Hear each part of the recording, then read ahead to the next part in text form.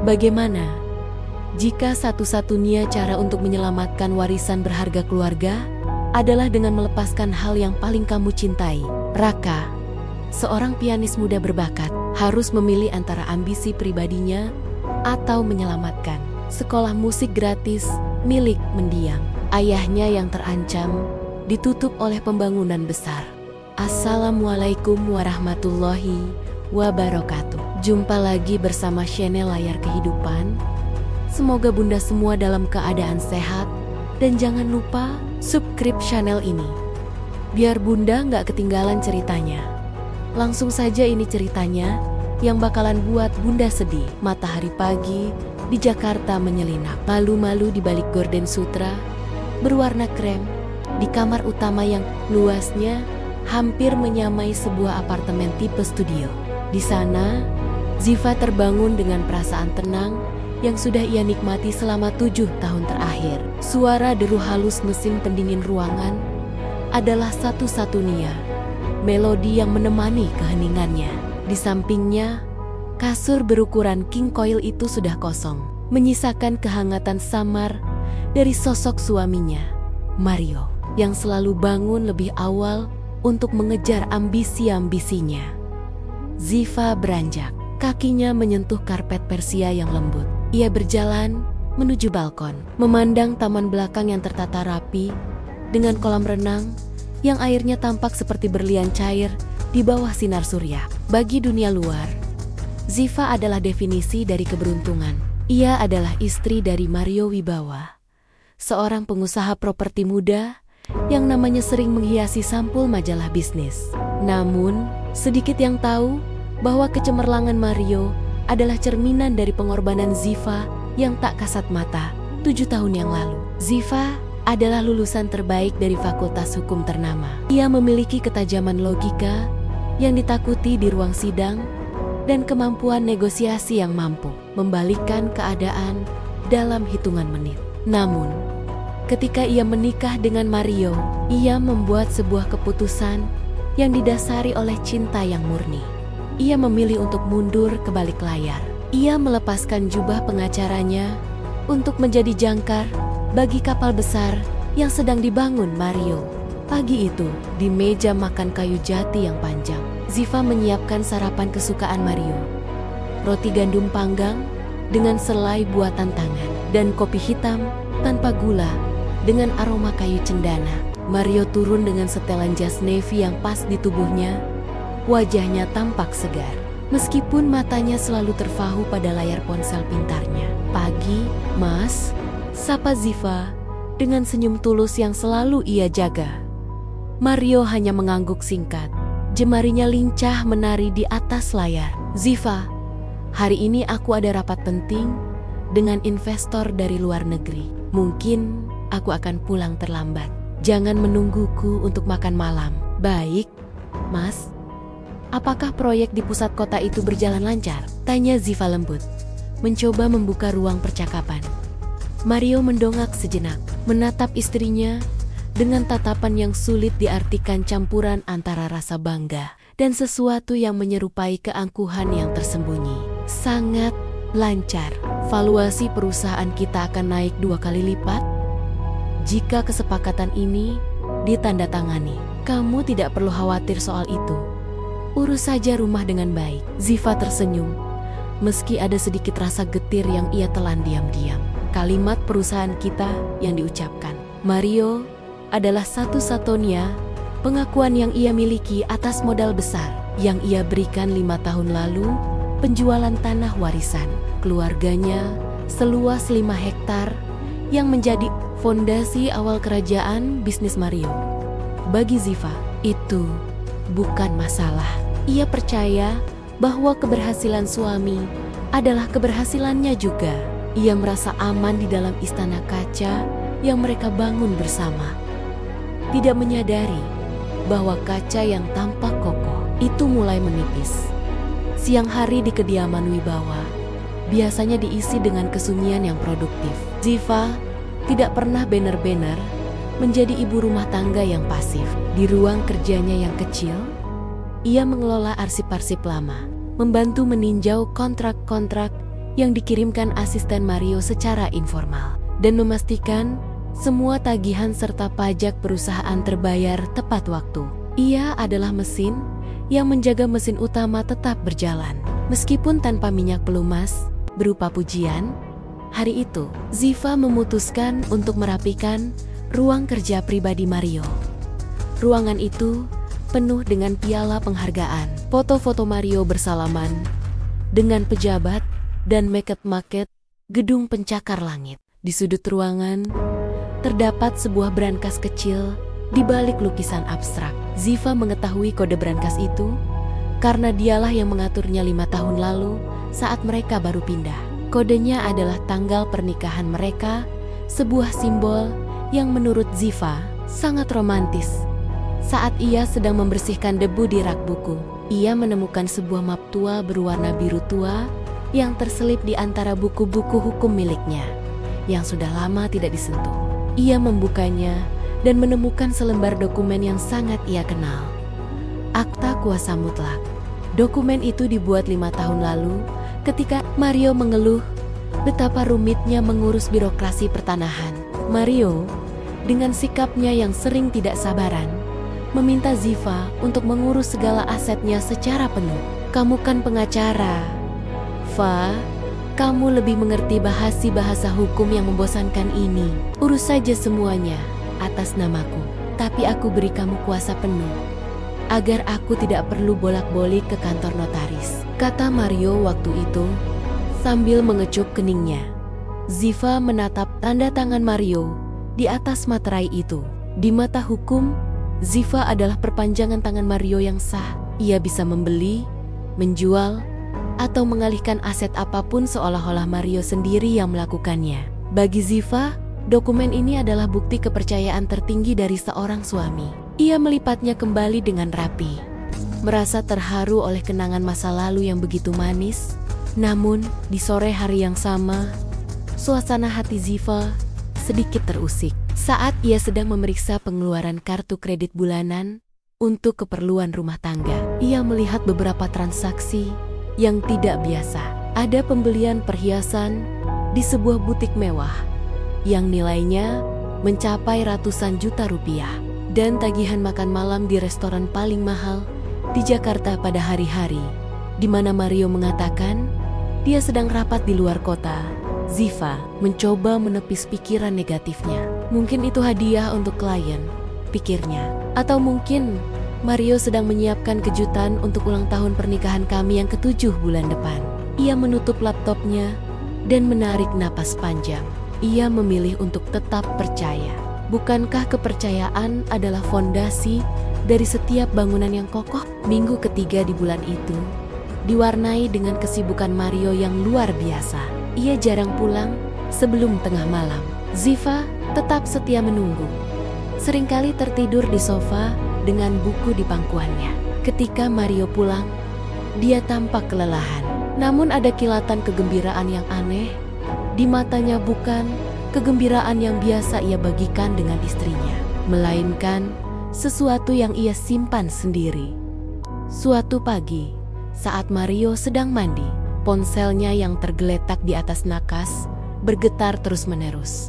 Ziva, yang awalnya berniat mengabaikannya, akhirnya melihat layar tersebut karena takut ada panggilan darurat dari kantor. Tidak ada nama yang tertera, hanya serangkaian nomor yang tidak dikenal. Namun, pesan yang muncul di layar kunci membuat jantung Ziva berdegup tidak beraturan. Terima kasih untuk kalungnya, sayang. Aku tidak sabar menunggu perjalanan kita ke Paris minggu depan. Semoga istrimu yang membosankan itu tidak curiga. Dunia seakan berhenti berputar bagi Ziva. Ia merasa oksigen di dalam kamar mewah itu mendadak hilang. Tangannya gemetar saat ia meletakkan ponsel itu kembali ke tempat semula. Tepat sebelum suara pancuran air di kamar mandi berhenti, Ziva segera keluar kamar, menuju dapur, mencoba menyibukkan diri dengan memotong buah. Pikirannya kalut. Paris, Mario mengatakan padanya bahwa minggu depan dia harus pergi ke Singapura untuk rapat investor yang sangat krusial. Dia bahkan meminta Ziva untuk menyiapkan koper dan jas navy favoritnya. Ketika Mario keluar dengan kemeja putihnya yang licin, ia tampak seperti pria yang paling jujur di dunia. Ia memeluk Ziva dari belakang, memberikan kecupan hambar di pipinya. "Fa, ingat kan, Senin depan aku berangkat ke Singapura. Mungkin 4 atau 5 hari. Kamu baik-baik di rumah ya, jangan boros. Kita sedang butuh banyak dana untuk ekspansi proyek baru," ujar Mario dengan nada memerintah yang halus. Ziva menatap wajah suaminya melalui pantulan cermin di ruang makan. Ia melihat seorang pria yang ia cintai, pria yang ia dukung dengan seluruh harta dan jiwanya. Namun kini ia melihat sosok asing yang tersembunyi di balik topeng kesuksesan. Kalimat "jangan boros" terasa seperti tamparan, mengingat tagihan perhiasan ratusan juta yang ia lihat kemarin. Disinilah Ziva menyadari bahwa istana kaca yang ia huni bukan lagi tempat perlindungan, melainkan sebuah penjara transparan di mana ia diamati dan diremehkan. Ia menyadari bahwa ia telah dianggap sebagai parasit yang hanya menikmati hasil keringat suami, padahal dialah yang menanam benih kesuksesan itu. Namun, Ziva Andini bukan wanita yang akan menangis torsedu-sidu dan memohon belas kasihan. Jiwa pengacaranya yang telah tertidur selama 7 tahun tiba-tiba terbangun dengan sentakan hebat. Jika Mario menganggapnya sebagai perabot rumah tangga yang bernapas, maka Mario akan segera belajar bahwa perabot pun bisa menjatuhkan siapa saja yang tidak berhati-hati. Ziva tersenyum, sebuah senyum yang sangat berbeda dari biasanya senyum yang tenang, tajam, dan penuh rahasia. "Tentu Mas, aku akan menyiapkan segala kebutuhanmu untuk Singapura. Aku pastikan perjalananmu kali ini tidak akan pernah kamu lupakan seumur hidupmu." Mario tidak menyadari nada ganda dalam suara istrinya. Ia hanya mengangguk puas, merasa bahwa kendali penuh masih ada di tangannya. Ia tidak tahu bahwa di balik gorden sutra dan karpet lembut istana ini, sang istri telah mulai merancang sebuah simfoni pembalasan yang paling elegan yang pernah ada di kota ini. Bagian 1 ditutup dengan pemandangan Ziva yang berdiri di tengah walk-in closet yang luas, menatap jas navy milik Mario. Di dalam sakunya, ia merasakan lipatan akta kuasa mutlak yang ia temukan tadi siang. Angka-angka di rekening bank, sertifikat rumah, dan kepemilikan gedung perkantoran mulai menari-nari di kepalanya. Permainan baru saja dimulai. Senin pagi tiba dengan cuaca yang tidak menentu. Langit Jakarta diselimuti mendung tipis, seolah alam sedang ikut menahan napas menyaksikan sandiwara yang sedang dimainkan di kediaman wibawa. Ziva berdiri di depan pintu utama, memperhatikan Mario yang sedang memasukkan koper ke dalam bagasi mobil hitam mengkilapnya. Mario tampak begitu bersemangat, sebuah kegembiraan yang kini Ziva ketahui bukan berasal dari rencana rapat bisnis di Singapura, melainkan dari rencana perjalanan rahasia ke Paris bersama sosok lain. "Aku berangkat sekarang, Fa," kata Mario tanpa menatap mata istrinya. Ia hanya memberikan tepukan ringan di bahu Ziva, gerakan yang lebih mirip seperti atasan kepada bawahan daripada suami kepada istri. "Ingat, jika ada dokumen mendesak dari kantor, hubungi saja asistenku.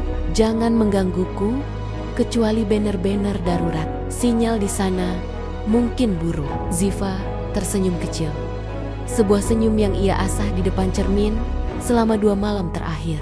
"Hati-hati Mas, nikmati setiap detiknya, karena setelah ini segalanya mungkin tidak akan pernah sama lagi." Mario hanya mengernyitkan dahi sejenak, menganggap kalimat istrinya hanyalah bentuk sentimental yang biasa. Ia masuk ke dalam mobil dan berlalu, meninggalkan kepulan asap tipis dan keheningan yang menyesakkan di halaman rumah. Begitu mobil itu hilang dari pandangan, Ziva segera masuk ke dalam rumah. Langkah kakinya yang tenang berubah menjadi langkah yang mantap dan bertujuan. Ia menuju ruang kerja Mario. Di sana, ia tidak lagi membersihkan debu. Ia duduk di kursi kebesaran suaminya, menyalakan komputer. dan mulai mengakses data-data keuangan yang selama ini ia kelola dengan penuh ketelitian. Ziva tahu bahwa untuk menghancurkan sebuah gedung, ia harus menyerang fondasinya. Dan fondasi Mario adalah keserakahan dan rasa percaya diri yang berlebihan. Sore itu, sebuah kejadian tak terduga muncul. Seorang pria parubaya bernama Pak Darmawan, salah satu orang kepercayaan mendiang ayah Ziva, datang berkunjung. Pak Darmawan adalah orang yang dahulu membantu proses penjualan tanah warisan Ziva untuk modal Mario. Ia datang dengan wajah pucat dan tangan yang gemetar membawa sebuah map coklat. "Non Ziva, saya harus menunjukkan ini kepada Anda," bisik Pak Darmawan. "Saya menemukan kejanggalan dalam laporan pajak perusahaan Pak Mario untuk tahun ini. Ada pengalihan aset secara besar-besaran ke sebuah rekening di luar negeri atas nama perusahaan cangkang. Jika ini terus berlanjut, dalam 3 bulan, perusahaan bisa dinyatakan pailit secara sengaja. Dan aset-aset berharga akan hilang dari jangkauan Anda." Ziva tertegun. Ia menyadari bahwa Mario bukan hanya mengkhianati komitmen pernikahan mereka, tetapi juga sedang bersiap untuk mencuri seluruh sisa warisan keluarga Ziva dan meninggalkannya dalam keadaan hampa. Kejadian ini menjadi pemantik api yang membakar sisa-sisa keraguan di hati Ziva. Ini bukan lagi sekadar tentang patah hati. Ini adalah tentang kelangsungan hidup dan harga diri yang diinjak-injak. Ziva tidak membuang waktu. Dengan menggunakan akta kuasa mutlak yang masih berlaku, ia menghubungi notaris keluarga mereka, Ibu Ratna, di sebuah kantor kecil yang tersembunyi dari hiruk-pikuk pusat kota. Ziva duduk berhadapan dengan wanita tangguh yang telah lama mengenalnya. "Ziva, apa kamu sadar dengan apa yang kamu minta?" tanya Ibu Ratna dengan nada khawatir. "Mengalihkan kembali hak pengelolaan aset-aset utama ini ke tanganmu secara sepihak akan memicu kemarahan Mario. Dia akan kehilangan kendali atas proyek pusat kota yang sedang ia banggakan." "Itu, aku sadar sepenuhnya, Bu Ratna," jawab Ziva tenang. "Mario sedang mencoba menghancurkan kapal ini saat aku masih di dalamnya. Aku hanya mengambil kendali kemudi sebelum dia menabrakkannya ke karang. Namun, rintangan pertama muncul. Pihak bank tempat Mario menyimpan dana operasional perusahaan menolak permintaan Ziva untuk membekukan rekening sementara, meskipun ia memiliki surat kuasa. Kepala cabang bank tersebut ternyata adalah rekan bermain golf Mario yang sangat setia. Mohon maaf, Ibu Ziva. Kami butuh konfirmasi langsung dari Pak Mario." "Prosedur tetaplah prosedur," ujar kepala cabang itu dengan senyum merendahkan yang sangat kentara. Ziva merasakan kemarahan yang dingin menjalar di nadinya. Ia dihina di depan umum, dianggap sebagai istri yang tidak tahu apa-apa tentang dunia bisnis. Ia berdiri, merapikan blusnya, dan menatap pria itu dengan tatapan yang bisa membekukan air. "Sampaikan pada Pak Mario, jika dia tidak bisa memberikan konfirmasi karena sedang sibuk di Singapura, maka saya akan membawa masalah ini ke Dewan Komisaris Bank Pusat dengan bakti-bakti penyalahgunaan wewenang yang saya temukan. Kita lihat siapa yang akan kehilangan jabatan lebih dulu," ucap Ziva dengan nada rendah namun penuh penekanan. Keberanian Ziva mulai goyah saat ia pulang ke rumah. Ia tahu bahwa tindakannya telah menyalakan alarm di pihak Mario. Ia hanya punya waktu sedikit sebelum Mario menyadari bahwa sang istri yang membosankan ini telah berubah menjadi lawan yang paling berbahaya. Di tengah malam yang sepi, Ziva duduk di lantai ruang tengah, dikelilingi oleh tumpukan dokumen. Ia merasa sangat sendirian. Tidak ada teman, tidak ada keluarga yang bisa ia mintai tolong karena Mario telah menjauhkannya dari lingkaran sosialnya selama bertahun-tahun. Dini hari, di hari ketiga keberangkatan Mario, sebuah panggilan telepon mengejutkan Ziva. Bukan dari Mario, melainkan dari seorang informan yang disewa Pak Darmawan. Kabarnya mengejutkan. Mario tidak berangkat ke Paris. dia membatalkan penerbangannya di menit terakhir karena ada masalah mendesak di proyek pembangunan mall mereka. Dan yang lebih menakutkan, Mario sudah mengetahui bahwa Ziva mendatangi bank dan notaris. Pintu depan rumah terbanting dengan keras. Ziva yang sedang berada di dapur segera berlari ke ruang depan. Di sana berdiri Mario dengan wajah yang merah padam karena amarah. Matanya menatap Ziva seolah ingin melumatnya. Tidak ada lagi sapaan manis atau pelukan hambar. "Apa yang kamu lakukan, Ziva?" teriak Mario. Suaranya menggema di seluruh ruangan yang luas itu. "Kamu berani menyentuh rekening perusahaan? Kamu berani mengancam rekan bisnisku? Siapa yang memberi kamu hak untuk bertindak sejauh itu?" Ziva berdiri tegak. Tangannya mengepal di samping tubuhnya untuk menyembunyikan getaran ketakutan. "Hak yang sama yang kamu berikan padaku 5 tahun lalu, Mario. Hak yang kamu gunakan untuk membangun semua ini dari tanah warisan ayahku." Mario tertawa sinis, tawa yang terdengar sangat kejam. "Tanah itu sudah tidak ada artinya sekarang. Aku yang membangun kerajaan ini, kamu hanya duduk manis di sini, menikmati fasilitas, tanpa tahu betapa kerasnya aku bekerja. Dan sekarang kamu mencoba menikamku dari belakang. Aku melihat tagihan perhiasan itu, Mario. Aku tahu kamu tidak ke Singapura," sahut Ziva. Suaranya mulai meninggi karena emosi yang tertahan. Wajah Mario berubah sesaat, namun dengan cepat ia kembali menguasai diri. Ia mendekati Ziva, berdiri sangat dekat hingga Ziva bisa merasakan hawa panas dari amarahnya. "Jadi ini soal kecemburuan? Rendah sekali. Dengar Ziva, mulai detik ini aku akan mencabut semua aksesmu. Kamu tidak akan punya sepeser pun uang di tanganmu. Kamu akan tahu bagaimana rasanya menjadi orang asing di rumahmu sendiri." Mario merempas tas Ziva, mengambil semua kartu kredit dan kunci mobil. Ia bahkan memutus sambungan internet di rumah itu dan mengambil ponsel Ziva secara paksa. Ia mengunci Ziva di dalam rumah mewah itu, menempatkan 2 orang penjaga baru di gerbang depan dengan instruksi tegas untuk tidak membiarkan Ziva keluar tanpa izinnya.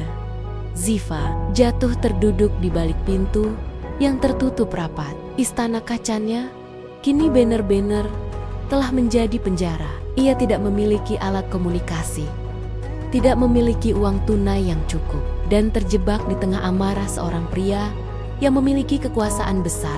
Di luar, hujan deras mulai turun, membasahi bumi dengan amukan yang sama besarnya dengan badai di dalam hati Ziva. Kondisi Ziva kini berada di titik nadir. Ia terisolasi, terancam kehilangan segalanya, dan berhadapan dengan sosok yang selama ini ia cintai, namun ternyata adalah musuh terbesarnya. Namun, di tengah kegelapan itu, Ziva teringat akan satu hal. Mario lupa memeriksa satu laci rahasia di lemari tua milik ayahnya yang ia bawa ke rumah ini.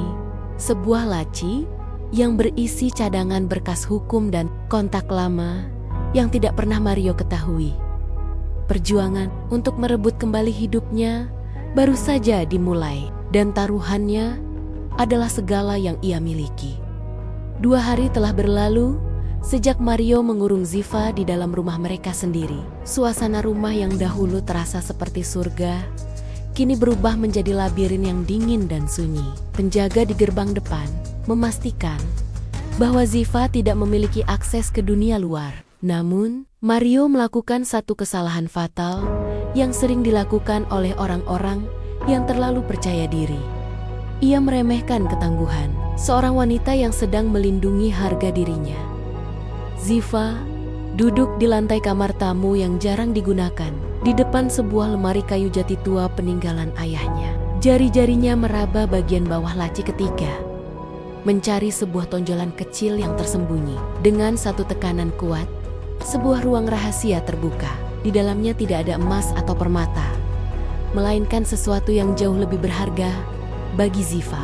Saat ini, sebuah telepon genggam model lama yang masih berfungsi, beberapa lembar uang tunai darurat, dan sebuah buku catatan kecil berisi nomor telepon pribadi para kolega lama ayahnya di dunia hukum. Ziva menarik napas panjang.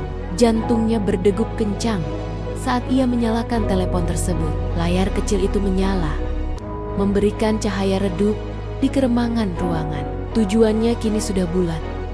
Ia harus membatalkan pengalihan aset yang sedang direncanakan Mario dan mengambil alih kendali penuh atas perusahaan sebelum rapat umum pemegang saham yang akan diadakan dalam waktu 14 hari ke depan.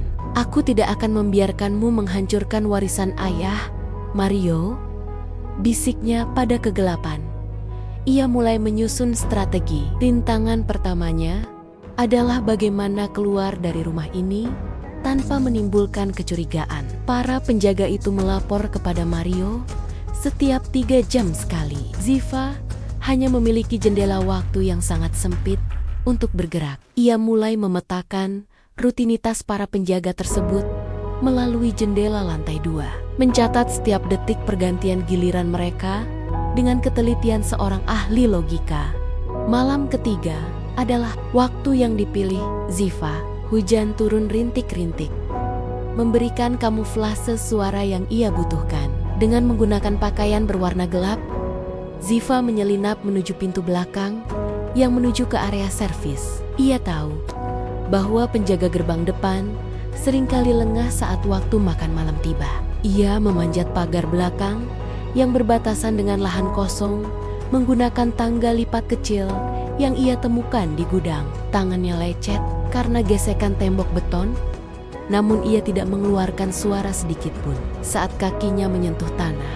Di luar pagar, Ziva merasakan sensasi kebebasan yang sudah lama tidak ia rasakan. Namun, ini barulah awal. Ia berjalan kaki sejauh 2 kilometer menuju sebuah pompa bensin terdekat, tempat ia memesan kendaraan umum melalui telepon genggam lamanya.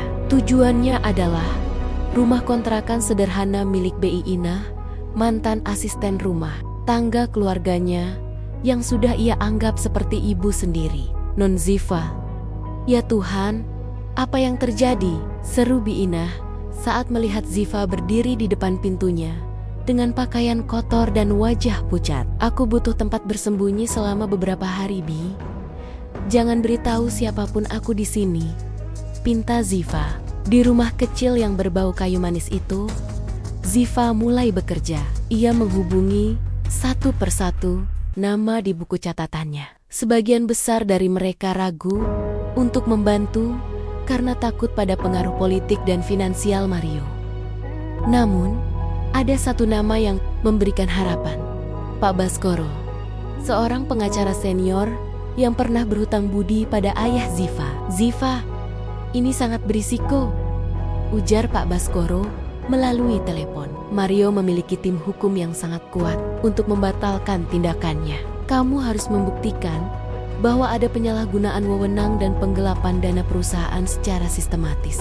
Kamu butuh bukti fisik, bukan sekadar cerita. Rintangan berikutnya jauh lebih berat. Ziva perlu menyusup kembali ke kantor pusat Wibawa Properti untuk mengambil salinan dokumen asli pengalihan aset yang tidak tercatat di sistem digital. Ia tahu Mario menyimpan salinan fisik itu di ruang arsip pribadi yang hanya bisa diakses dengan kartu identitas khusus. Ziva menggunakan sisa uang tunainya untuk menyewa jasa seorang kurir independen yang bertugas mengantarkan makanan ke kantor Mario dengan penyamaran yang sangat hati-hati mengenakan kacamata besar, masker, dan seragam kurir. Ziva berhasil masuk ke dalam gedung megah yang dulu sering ia kunjungi sebagai nyonya besar. Di dalam, ia harus menghindari pertemuan dengan staf yang mengenalnya. Jantungnya hampir copot saat ia berpapasan dengan sekretaris pribadi Mario di lift. Ziva menundukkan kepala sedalam mungkin, berpura-pura sibuk memeriksa pesanan di tasnya. Sampai di lantai ruang arsip, ia menyadari bahwa Mario telah mengubah kode aksesnya. Ziva mencoba berbagai kombinasi. Tanggal lahir Mario, tanggal pernikahan mereka, hingga nomor plat mobil pertama mereka. Semuanya gagal. Ia hanya punya satu kesempatan lagi sebelum sistem keamanan terkunci dan mengirimkan sinyal bahaya ke ponsel Mario. Ia memejamkan mata mencoba mengingat kebiasaan Mario. Mario adalah orang yang sangat egois. Ia selalu menggunakan angka yang berkaitan dengan pencapaian pribadinya. Ziva mencoba tanggal saat Mario mendapatkan penghargaan pengusaha muda terbaik tingkat nasional. Klik, pintu terbuka. Ziva segera mencari map berwarna biru tua yang ia lihat tempo hari. Namun, saat ia menemukannya, ia menyadari sesuatu yang lebih mengerikan. Mario ternyata bukan hanya memindahkan aset, ia juga menjadikan rumah tinggal mereka dan tanah warisan Ziva sebagai jaminan utang pribadi yang nilainya mencapai puluhan miliar rupiah untuk menutupi kerugian proyek lain yang gagal di luar kota. Jika proyek itu macet, Ziva akan kehilangan rumah dan tanahnya sekaligus. Ziva keluar dari gedung dengan dokumen di tangannya, namun sebuah rintangan baru menghadang. Saat ia hendak menaiki kendaraan, ia melihat mobil Mario masuk ke area parkir. Mario turun dengan wajah gusar, dikelilingi oleh beberapa orang berpakaian rapi yang tampak seperti pengacara baru. Ziva bersembunyi di balik pilar besar, menahan napas. Ia mendengar Mario berbicara dengan nada kasar di telepon. Cari dia sampai ketemu. Dia tidak mungkin pergi jauh tanpa uang dan ponsel. Periksa semua hotel dan rumah teman-temannya. Ziva menyadari bahwa waktu yang ia miliki hampir habis. Ia segera pergi menuju kantor Pak Baskoro. Namun di tengah jalan, mobil yang ia tumpangi dihadang oleh sekelompok orang yang tampak seperti informan suruhan Mario. Mereka mulai memeriksa setiap kendaraan yang lewat di area tersebut. Dengan kecerdikannya, Ziva turun dari mobil sebelum mencapai barikade tersebut dan masuk ke dalam sebuah pasar tradisional yang ramai. Di sana, di antara kerumunan pedagang sayur dan pembeli, ia menghilang dalam keramaian. Ia harus berjalan kaki melewati ganggang sempit, menghindari jalan raya utama, hingga akhirnya sampai di kantor Pak Baskoro dalam keadaan lemas dan penuh peluh. Pak Baskoro menatap dokumen yang dibawa Ziva dengan ekspresi serius. Ini lebih dari cukup untuk menyeretnya ke pengadilan perdata. Ziva. Tapi ada satu masalah besar. Rapat umum pemegang saham itu diadakan dalam 3 hari lagi. Jika kita tidak bisa menghentikan pemungutan suara itu, Mario akan mendapatkan legitimasi penuh dari para investor untuk menjual Asitazid ini secara sah. Kita butuh dukungan dari setidaknya 2 investor utama yang saat ini masih memihak Mario. Ziva menatap peta kekuatan perusahaan di depannya. 2 investor utama itu adalah pria tua yang sangat kolot dan hanya peduli pada keuntungan. Bagaimana Araga? Bagaimana mungkin ia, seorang wanita yang sedang menjadi buronan suaminya sendiri, bisa meyakinkan mereka untuk berbalik melawan Mario? Rintangan ini terasa seperti gunung yang tidak mungkin didaki. Namun, Ziva melihat foto ayahnya di dalam dompetnya. Ia tahu ia tidak boleh menyerah sekarang. Ia harus merancang sebuah presentasi yang bukan hanya soal angka, tapi soal integritas yang selama ini telah hilang dari perusahaan yang dibangun di atas kebohongan. Tujuan besarnya kini sangat spesifik. Menghadiri rapat umum pemegang saham tersebut, mengungkap kebenaran di depan semua orang, dan merebut kembali apa yang menjadi haknya. Meski ia tahu Mario akan melakukan apa saja untuk menghentikannya di ambang pintu rapat itu. Senin pagi tiba dengan cuaca yang tidak menentu. Langit Jakarta diselimuti mendung tipis, seolah alam sedang ikut menahan napas menyaksikan sandiwara yang sedang dimainkan di kediaman Wibawa. Ziva berdiri di depan pintu utama, memperhatikan Mario yang sedang memasukkan koper ke dalam bagasi mobil hitam mengkilapnya. Mario tampak begitu bersemangat. Sebuah kegembiraan yang kini Ziva ketahui bukan berasal dari rencana rapat bisnis di Singapura, melainkan dari rencana perjalanan rahasia ke Paris bersama sosok lain. Aku berangkat sekarang, Va, kata Mario tanpa menatap mata istrinya. Ia hanya memberikan tepukan ringan di bahu Ziva, gerakan yang lebih mirip seperti atasan kepada bawahan daripada suami kepada istri.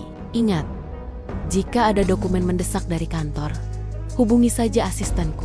Jangan menggangguku, kecuali banner-banner darurat. Sinyal di sana mungkin buruk. Ziva tersenyum kecil.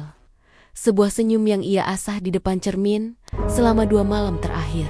Hati-hati Mas, nikmati setiap detiknya. Karena setelah ini, segalanya mungkin tidak akan pernah sama lagi. Mario hanya mengernyitkan dahi sejenak, menganggap kalimat istrinya hanyalah bentuk sentimental yang biasa. Ia masuk ke dalam mobil dan berlalu, meninggalkan kepulan asap tipis dan keheningan yang menyesakkan di halaman rumah. Begitu mobil itu hilang dari pandangan, Ziva segera masuk ke dalam rumah. Langkah kakinya yang tenang berubah menjadi langkah yang mantap dan bertujuan. Ia menuju ruang kerja Mario. Di sana, ia tidak lagi membersihkan debu. Ia duduk di kursi kebesaran suaminya, menyalakan komputer, dan mulai mengakses data-data keuangan yang selama ini ia kelola dengan penuh ketelitian. Ziva tahu bahwa untuk menghancurkan sebuah gedung, ia harus menyerang fondasinya. Dan fondasi Mario adalah keserakahan dan rasa percaya diri yang berlebihan. Sore itu, sebuah kejadian tak terduga muncul. Seorang pria parubaya bernama Pak Darmawan, salah satu orang kepercayaan mendiang ayah Ziva, datang berkunjung. Pak Darmawan adalah orang yang dahulu membantu proses penjualan tanah warisan Ziva untuk modal Mario.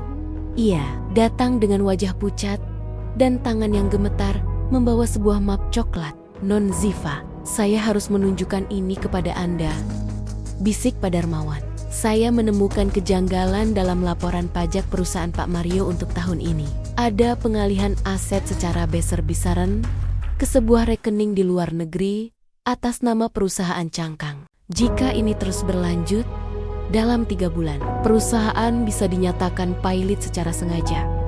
Dan aset-aset berharga akan hilang dari jangkauan Anda. Ziva tertegun.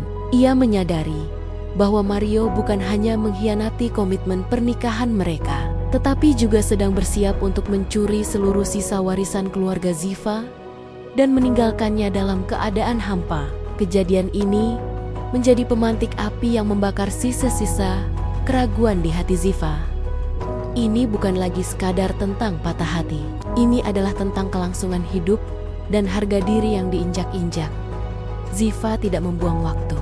Dengan menggunakan akta kuasa mutlak yang masih berlaku, ia menghubungi notaris keluarga mereka, Ibu Ratna, di sebuah kantor kecil yang tersembunyi dari hiruk-pikuk pusat kota. Ziva duduk berhadapan dengan wanita tangguh yang telah lama mengenalnya. Ziva, apa kamu sadar dengan apa yang kamu minta?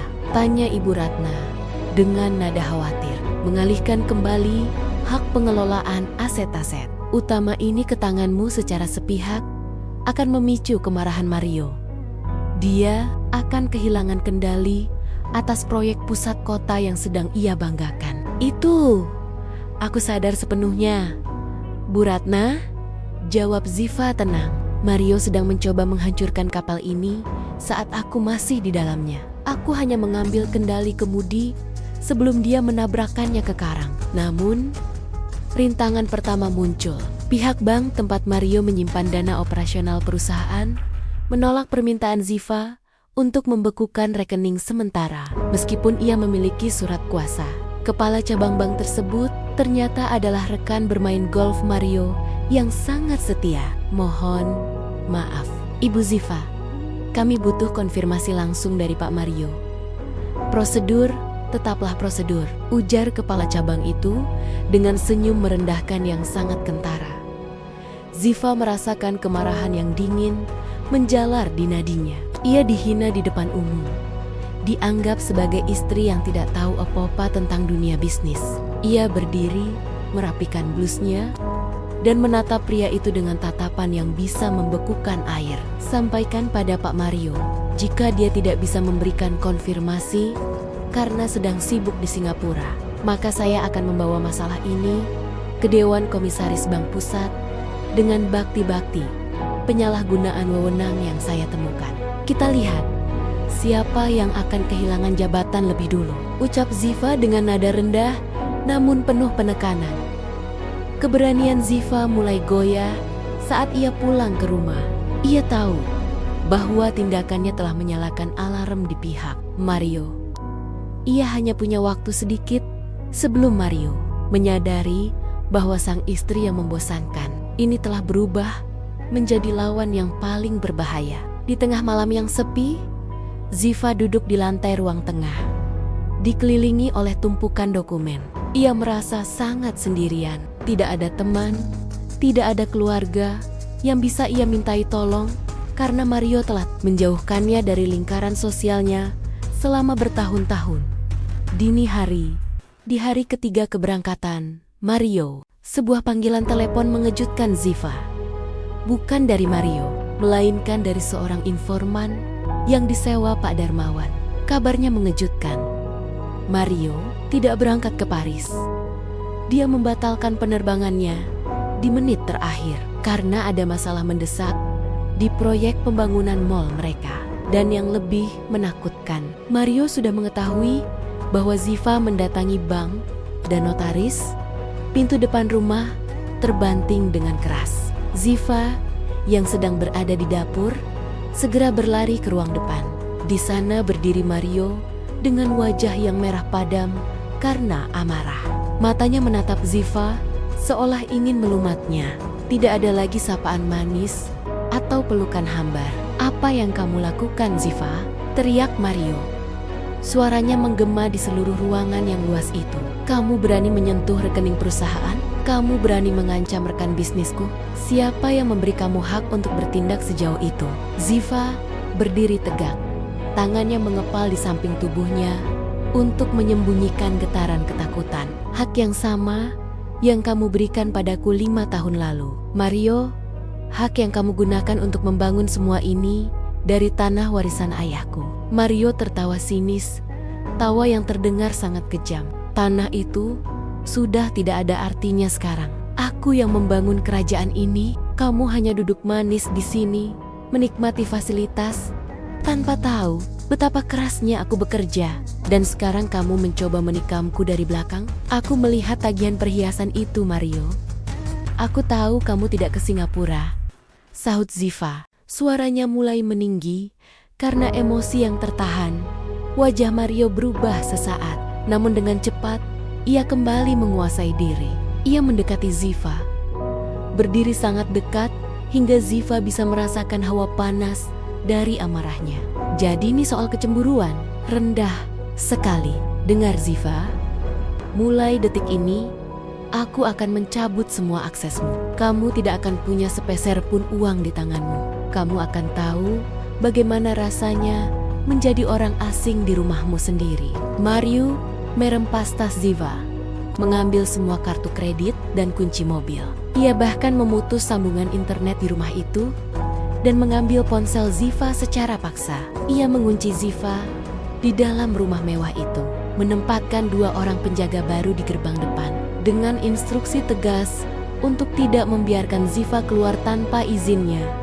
Ziva jatuh terduduk di balik pintu yang tertutup rapat. Istana kacanya kini benar-benar telah menjadi penjara. Ia tidak memiliki alat komunikasi, tidak memiliki uang tunai yang cukup, dan terjebak di tengah amarah seorang pria yang memiliki kekuasaan besar. Di luar, hujan deras mulai turun, membasahi bumi dengan amukan yang sama besarnya dengan badai di dalam hati Ziva. Kondisi Ziva kini berada di titik nadir. Ia terisolasi, terancam kehilangan segalanya, dan berhadapan dengan sosok yang selama ini ia cintai, namun ternyata adalah musuh terbesarnya. Namun, di tengah kegelapan itu, Ziva teringat akan satu hal. Mario lupa memeriksa satu laci rahasia di lemari tua milik ayahnya yang ia bawa ke rumah ini. Sebuah laci yang berisi cadangan berkas hukum dan kontak lama yang tidak pernah Mario ketahui. Perjuangan untuk merebut kembali hidupnya baru saja dimulai, dan taruhannya adalah segala yang ia miliki. Bagaimana jika satu-satunya cara untuk menyelamatkan warisan berharga keluarga adalah dengan melepaskan hal yang paling kamu cintai. Raka, seorang pianis muda berbakat, harus memilih antara ambisi pribadinya atau menyelamatkan sekolah musik gratis milik mendiang ayahnya yang terancam ditutup oleh pembangunan besar. Matahari pagi di Jakarta menyelinap, malu-malu di balik gorden sutra berwarna krem di kamar utama yang luasnya hampir menyamai sebuah apartemen tipe studio. Di sana, Ziva terbangun dengan perasaan tenang yang sudah ia nikmati selama 7 tahun terakhir. Suara deru halus mesin pendingin ruangan adalah satu-satunya melodi yang menemani keheningannya. Di sampingnya, kasur berukuran king coil itu sudah kosong, menyisakan kehangatan samar dari sosok suaminya, Mario, yang selalu bangun lebih awal untuk mengejar ambisi-ambisinya.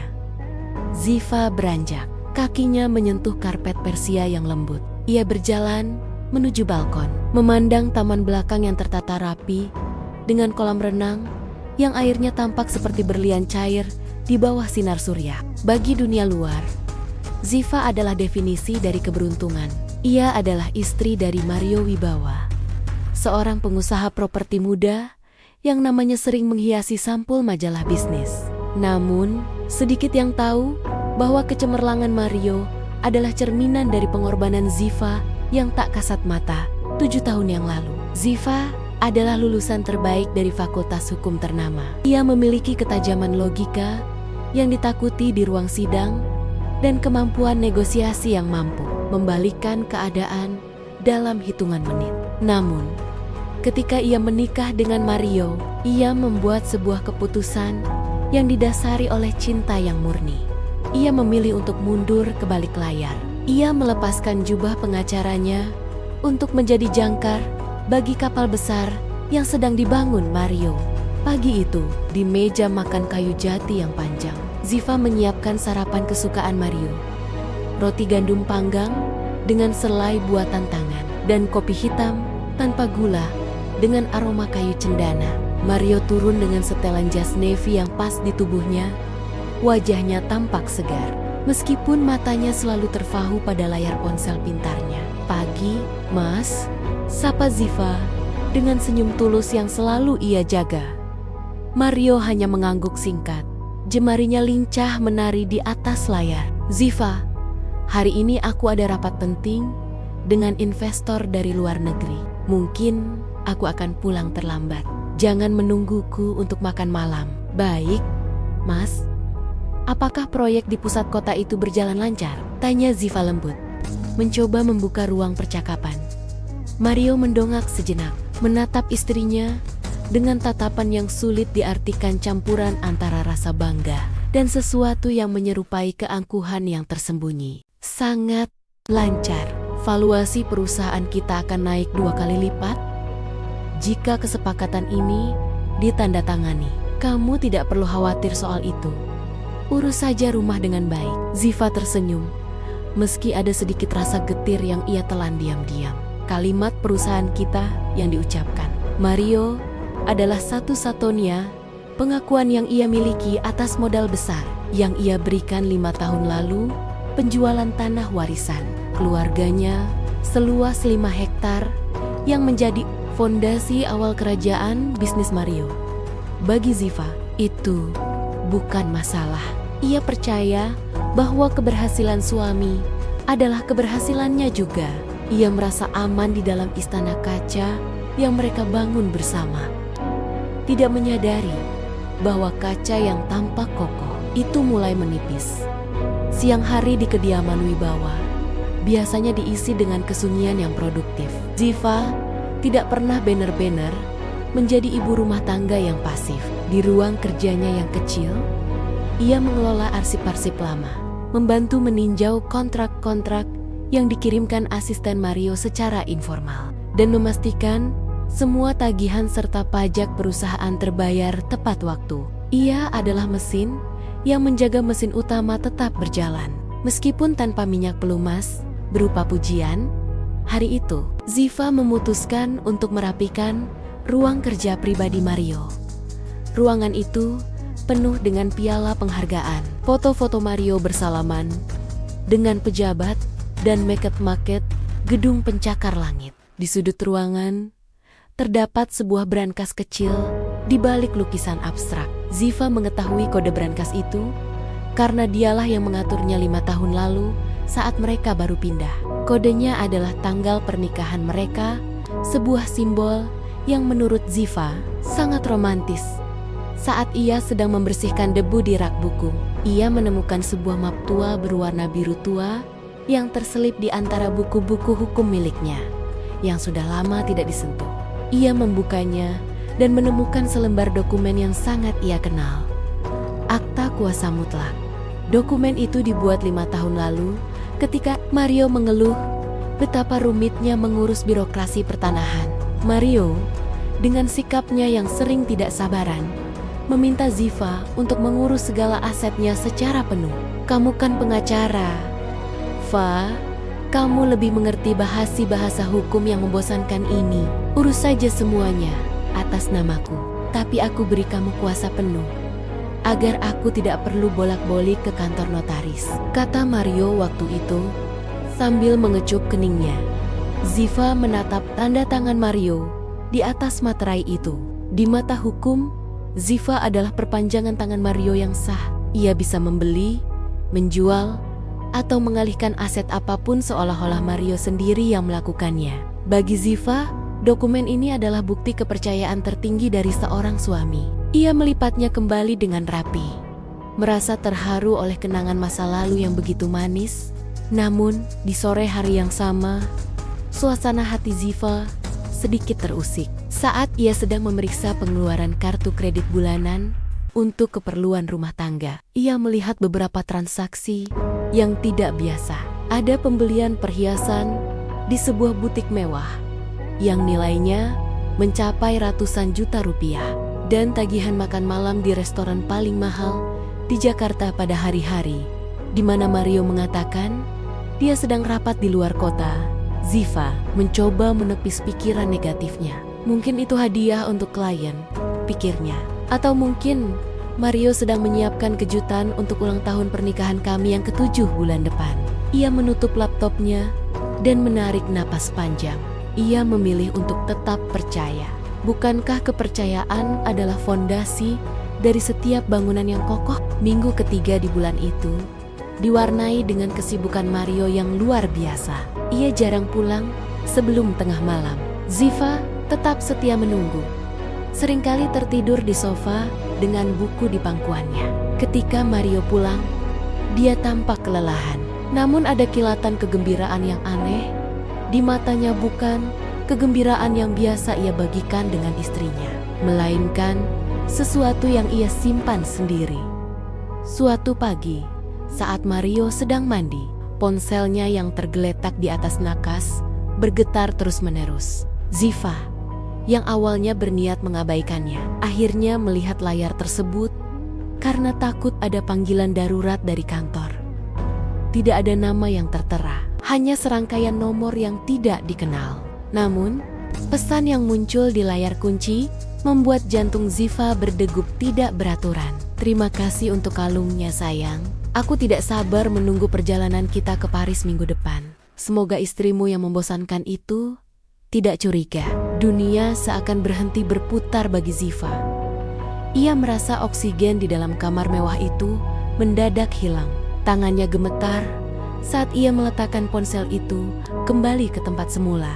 Tepat sebelum suara pancuran air di kamar mandi berhenti, Ziva segera keluar kamar, menuju dapur, mencoba menyibukkan diri dengan memotong buah. Pikirannya kalut. Paris, Mario mengatakan padanya bahwa minggu depan dia harus pergi ke Singapura untuk rapat investor yang sangat krusial. Dia bahkan meminta Ziva untuk menyiapkan koper dan jas navy favoritnya. Ketika Mario keluar dengan kemeja putihnya yang licin, ia tampak seperti pria yang paling jujur di dunia. Ia memeluk Ziva dari belakang, memberikan kecupan hambar di pipinya. Va, ingat kan, Senin depan aku berangkat ke Singapura. Mungkin 4 atau 5 hari. Kamu baik-baik di rumah ya, jangan boros. Kita sedang butuh banyak dana untuk ekspansi proyek baru, ujar Mario dengan nada memerintah yang halus. Ziva menatap wajah suaminya melalui pantulan cermin di ruang makan. Ia melihat seorang pria yang ia cintai, pria yang ia dukung dengan seluruh harta dan jiwanya. Namun kini ia melihat sosok asing yang tersembunyi di balik topeng kesuksesan. Kalimat "jangan boros" terasa seperti tamparan, mengingat tagihan perhiasan ratusan juta yang ia lihat kemarin. Disinilah Ziva menyadari bahwa istana kaca yang ia huni bukan lagi tempat perlindungan, melainkan sebuah penjara transparan di mana ia diamati dan diremehkan. Ia menyadari bahwa ia telah dianggap sebagai parasit yang hanya menikmati hasil keringat suami, padahal dialah yang menanam benih kesuksesan itu. Namun, Ziva Andini bukan wanita yang akan menangis torsedu-sidu dan memohon belas kasihan.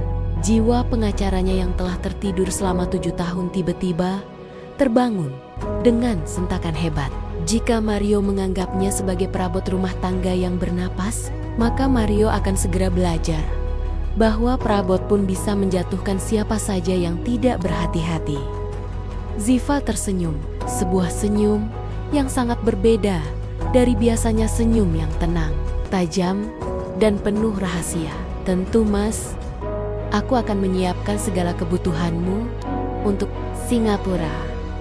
Aku pastikan perjalananmu kali ini tidak akan pernah kamu lupakan seumur hidupmu. Mario tidak menyadari nada ganda dalam suara istrinya. Ia hanya mengangguk puas, merasa bahwa kendali penuh masih ada di tangannya. Ia tidak tahu bahwa di balik gorden sutra dan karpet lembut istana ini, sang istri telah mulai merancang sebuah simfoni pembalasan yang paling elegan yang pernah ada di kota ini. Bagian 1 ditutup dengan pemandangan Ziva yang berdiri di tengah walk-in closet yang luas, menatap jas navy milik Mario. Di dalam sakunya, ia merasakan lipatan akta kuasa mutlak yang ia temukan tadi siang. Angka-angka di rekening bank, sertifikat rumah, dan kepemilikan gedung perkantoran mulai menari-nari di kepalanya. Permainan baru saja dimulai.